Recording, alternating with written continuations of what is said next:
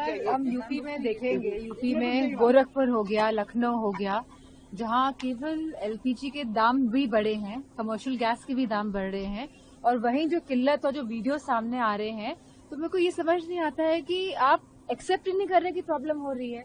जिस तरह की असुविधा उद्योग में भी हो रही है, रेस्टोरेंट बिजनेस में हो रही है, होटल बिजनेस में हो रही है, घरेलू एलपीजी में भी जहां दिक्कतें आ रही हैं, लोग लड़ रहे हैं आपस में, और जहां ब्लैक मार्केटिंग शुरू हो गई है, तो एक्सेप्टेंस ही नहीं होगा तो हल क्या निकालेगी ये सरकार। अच्छा, आज पेट्रोलियम मिनिस्टर अपना वक्तव्य भी रखने वाले हैं अभी, जिस तरीके की बात है, क्या स्थिति है उसके ऊपर? क्या स्थिति हम सभी जानते हैं कि एलपीजी के दाम बढ़े हैं, चाहे घरेलू गैस हो चाहे कमर्शियल गैस हो, सबके दाम आखिरकार क्यों बढ़ा दिए सरकार ने। और यही नहीं, साथ में जो प्लेन टिकट्स हैं इनके भी दाम बढ़ रहे हैं। जो टिकट 10,000 की थी आज वो 30,000 की आ रही है, तो ये क्यों बढ़ रहे हैं? इसका प्रॉफिट कौन कमा रहा है और कॉमन आदमियों के कंधों पे ये क्यों आ रहा है? बोझ क्यों दे रही है ये सरकार? सरकार को जवाब देना पड़ेगा। अश्विनी वैष्णव कह रहे हैं कि ऐसे समय में जब संघर्ष का समय हो तो हमको एक साथ होना चाहिए, ना कि पॉलिटिक्स करनी चाहिए।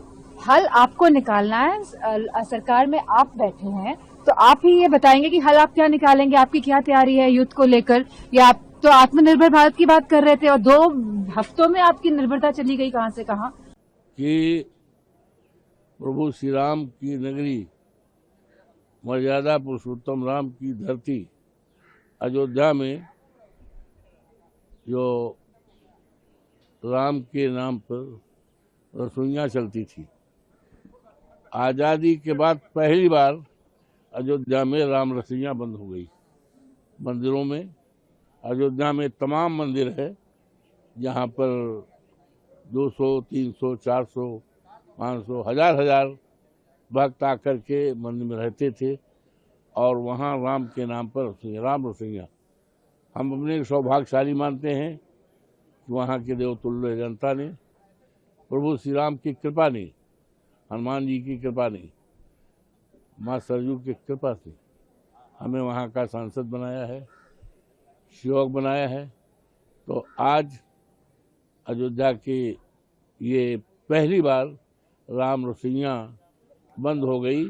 इस बात को लेकर मैंने सदन में भी अभी बात उठाया था और सरकार से मांग करता हूँ कि बहुत जल्दी, यो तो गैस की किल्लत पूरे देश में इसका प्रभाव है, हर रसोइयों में इसका फर्क है, उद्योगों में फर्क है, लेकिन आश्चर्य की बात है कि प्रभु श्री राम जो सबको अन्न देते हैं, सबको समृद्धि देते हैं, सबको आशीर्वाद देते हैं, और भारतीय जनता पार्टी तो वहीं से राजनीति करती थी।